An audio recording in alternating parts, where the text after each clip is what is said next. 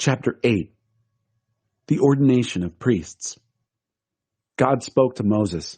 He said, "Take Aaron and with him his sons, the garments, the anointing oil, the bowl for the absolution offering, the 2 rams, and the basket of unraised bread.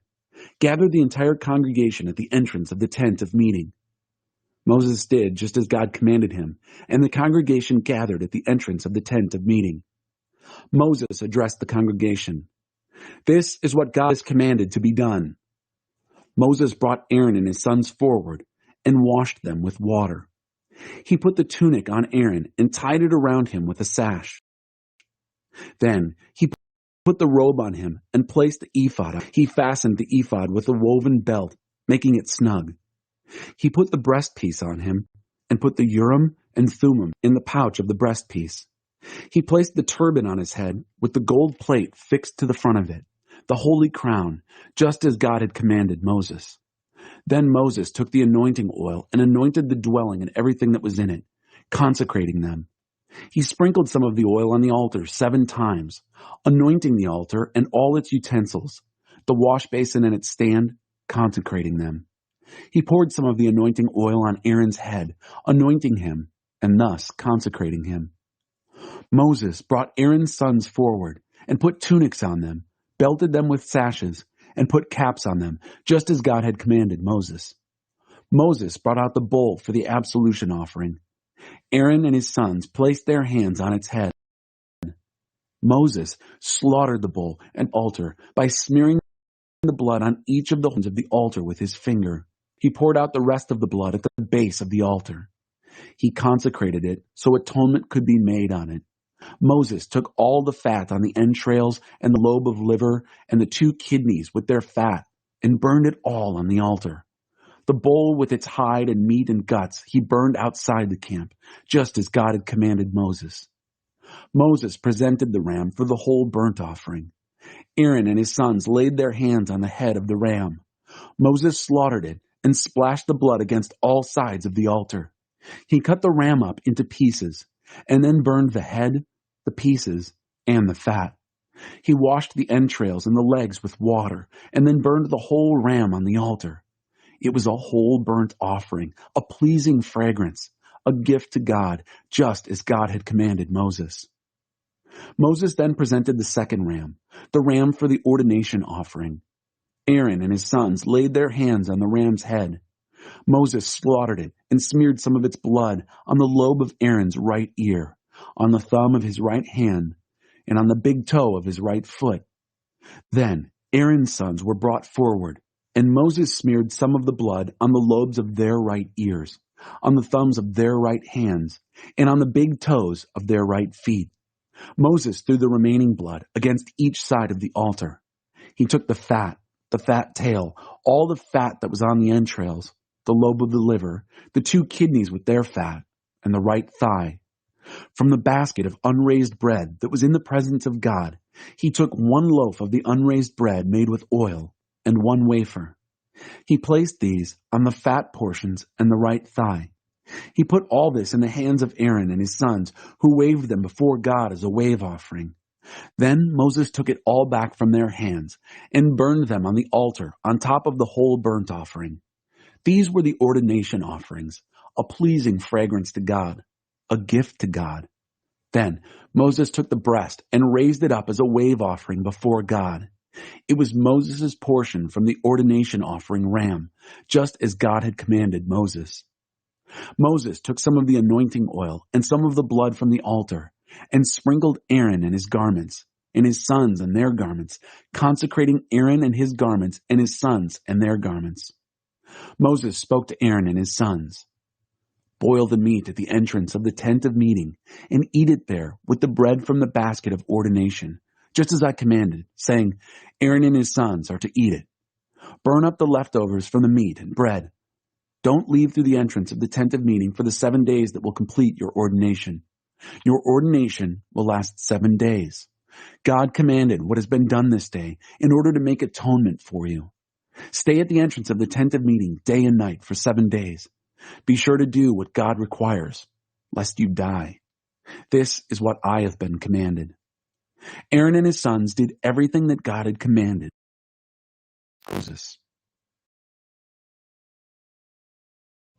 On the 10th day, Ahiezer, son of Ammishaddai, the leader of the people of Dan, brought his offering. His offering was a silver plate weighing 3¼ pounds and a silver bowl weighing 1¾ pounds, according to the standard sanctuary weights, each filled with fine flour mixed with oil as a grain offering. A gold vessel weighing 4 ounces filled with incense, a young bull, a ram, and a yearling lamb for a whole burnt offering, a he-goat for an absolution offering, 2 oxen, 5 rams, 5 he-goats, and 5 yearling lambs to be sacrificed as a peace offering. This was the offering of Ahiezer, son of Ammishaddai. On the 11th day, Pagiel, son of Ochran, the leader of the people of Asher, brought his offering. His offering was a silver plate weighing 3¼ pounds, and a silver bowl weighing 1¾ pounds, according to the standard sanctuary weights, each filled with fine flour mixed with oil as a grain offering. A gold vessel weighing 4 ounces filled with incense, a young bull, a ram, and a yearling lamb for a whole burnt offering, a he-goat for an absolution offering, 2 oxen, 5 rams, 5 he-goats, and 5 yearling lambs to be sacrificed as a peace offering. This was the offering of Pagiel, son of Ochran. On the 12th day, Ahira, son of Enan, the leader of the people of Naphtali, brought his offering. His offering was a silver plate weighing 3¼ pounds, and a silver bowl weighing 1¾ pounds, according to the standard sanctuary weights, each filled with fine flour mixed with oil as a grain offering. A gold vessel weighing 4 ounces filled with incense, a young bull, a ram, and a yearling lamb for a whole burnt offering, a he-goat for an absolution offering, 2 oxen, 5 rams, 5 he-goats, and 5 yearling lambs to be sacrificed as a peace offering. This was the offering of Ahira, son of Enan.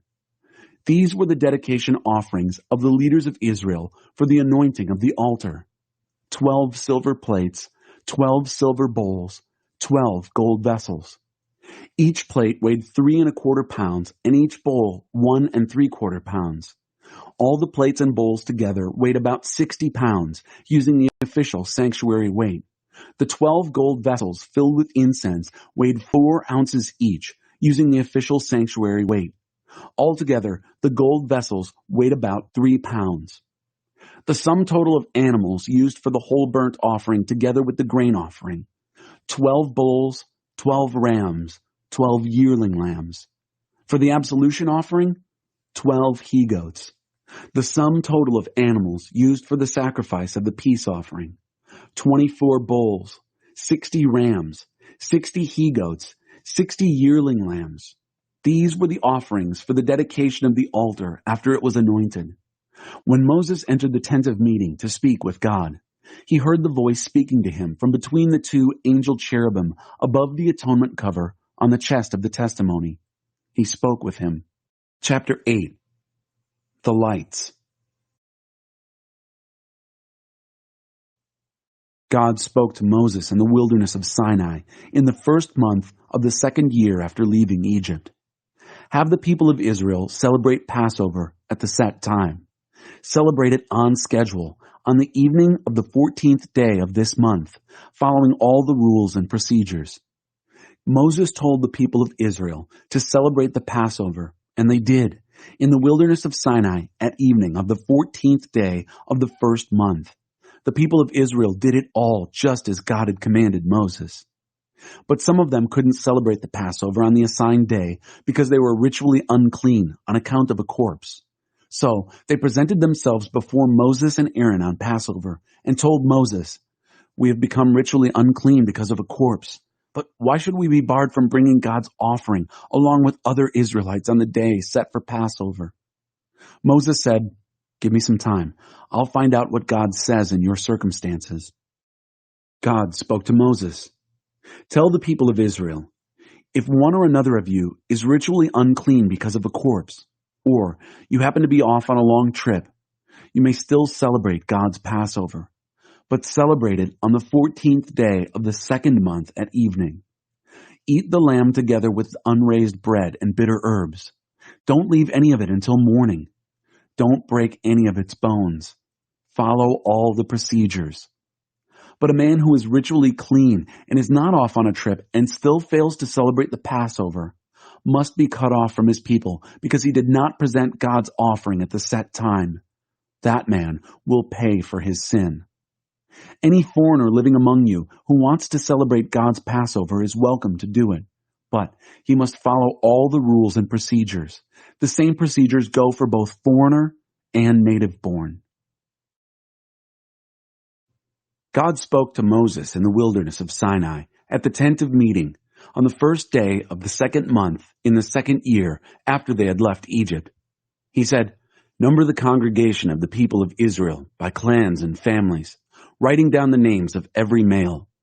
You and Aaron are to register, company by company, every man who is 20 years and older, who is able to fight in the army. Pick one man from each tribe who is head of his family to help you. These are the names of the men who will help you. From Reuben, Elizur, son of Shedeur. From Simeon, Shelumiel, son of Zurishaddai. From Judah, Nahshon, son of Amminadab. From Issachar, Nethanel, son of Zuar. From Zebulun, Eliab, son of Helon. From the sons of Joseph. From Ephraim, Elishama, son of Ammihud. From Manasseh, Gamaliel, son of Pedazur. From Benjamin, Abidan, son of Gideoni. From Dan, Ahiezer, son of Ammishaddai. From Asher, Pagiel, son of Ochran. From Gad, Eliasaph, son of Deuel.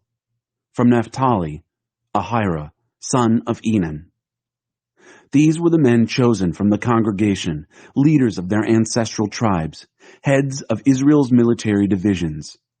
Moses and Aaron took these men who had been named to help and gathered the whole congregation together on the first day of the second month. The people registered themselves in their tribes according to their ancestral families, putting down the names of those who were 20 years old and older, just as God commanded Moses. He numbered them in the wilderness of Sinai. The line of Reuben, Israel's firstborn.